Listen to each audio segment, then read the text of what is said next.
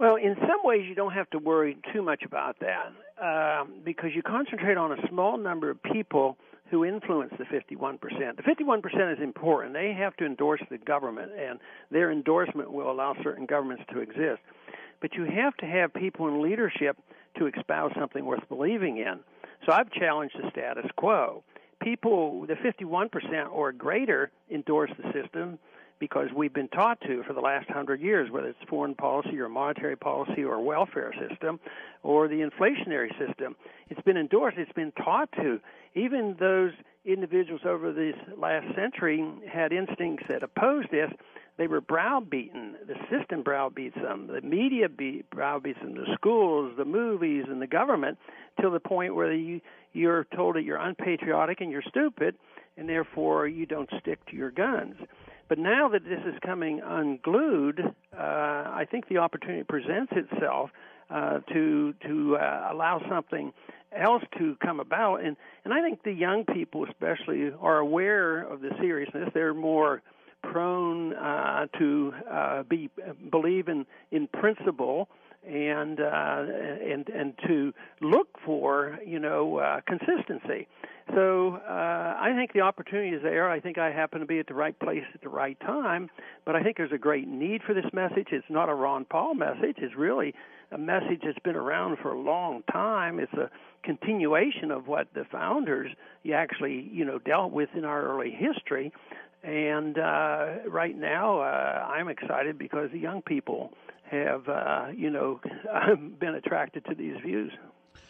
And it's amazing to me what a following of young folks you've had and how passionate they are when these are ideas that typically you arrive at later in life, as Churchill alluded to.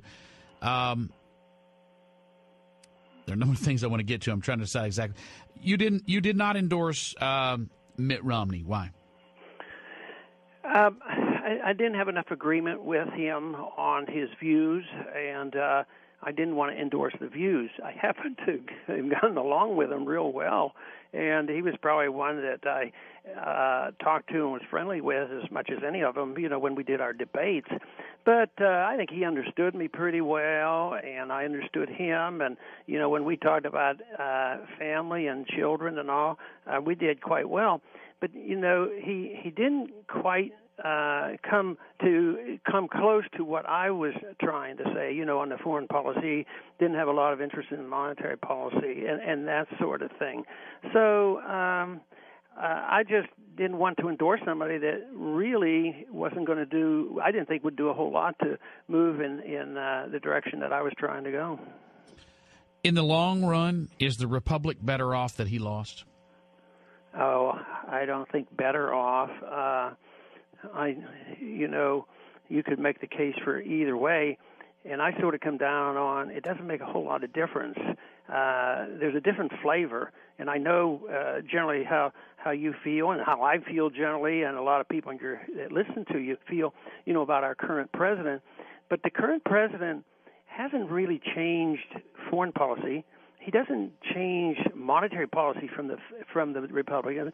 He doesn't change the welfare system. He might be more aggressive on it, and Republicans will talk about cutting back.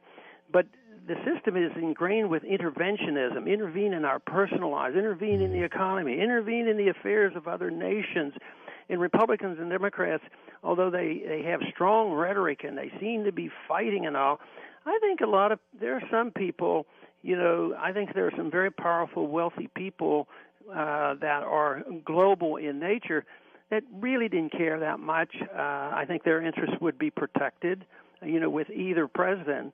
So I don't think that we're better off or worse off. I think we're only going to be better off if we change the direction of our country by changing our attitude, what the role of government ought to be, and nobody seems to want to ask the precise question, what should the role of government be? This is what the founders asked, and they tried to describe what the role of government should be in the Constitution.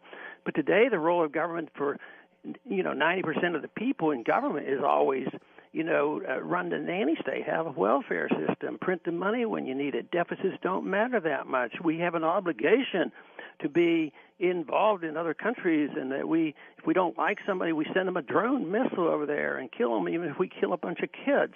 And both sides have been doing that. So I just think that we have to ask that precise question: what should the role of government be?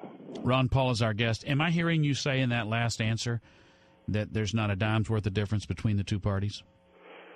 I think on the surface they pretend to be different, but long-term policies don't change. You know, I think that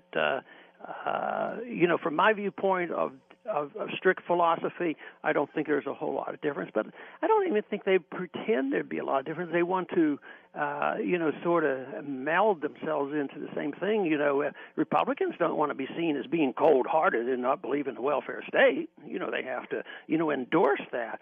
And if Democrats say, well, we shouldn't be fighting so many wars, then, we'll be weak on defense. So they have to show how tough they are, and they have to go start another war. So I think ultimately there's not any significant difference on the results. Is Ron Paul is our guest. Is the threat by Iran to American security overstated? Grossly so.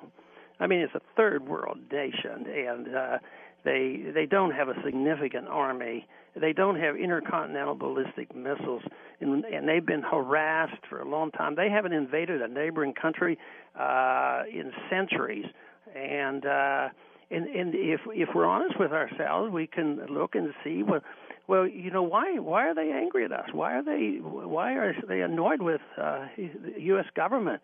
Well, maybe it's because we threw their elected leader out in the 1950s and ushered in the radicalism, of the Ayatollah by 1979. And then when we encouraged and supported Iraq fighting the Iranians, the Iranians say, well, why are the Americans always wanting to kill us? And why are they getting involved? But they don't have an army, navy. They're 7,000 miles from us. They haven't threatened us. They don't have a nuclear weapon. Just think of the time we have spent over the concern about a nuclear weapon that doesn't exist, and yet we lived through, and I was in the military during this time, we lived through the Cold War when the Soviets had 30,000 of them, and some of them 90 miles off our shore. In comparison, we just looking for trouble, and now all we do is put sanctions on these people, try to starve them and punish the people, and then they get angrier at us, which ruins the dissidents in Iran. Would like to get rid of their ruthless leaders, but we do all these things, and they think, well, that means they'll get mad at their leaders. No, they get mad at us, and they have to rally around their leaders. So I think our foreign policy is so foolish, and Iran just does not pose a threat to us. I think it's there to stir the people up and always have an enemy out there. First it was Iraq. Remember how they built up the Iraq War? They were about to bomb us and invade us, and they had nothing. They had zero. And we were their allies for 30 years. It's this on again, off again that is disgusting. Think of all those years we pumped these billions and billions of dollars into Egypt. Now the radicals overthrow Ron that Paul, government. I have 10 seconds left. I would be remiss if I didn't say on behalf of our listeners, for folks who voted for you and those who wish they had, you are a true American patriot. I have a lot of respect for you, sir. Thank you for having me on. Thank you for being on.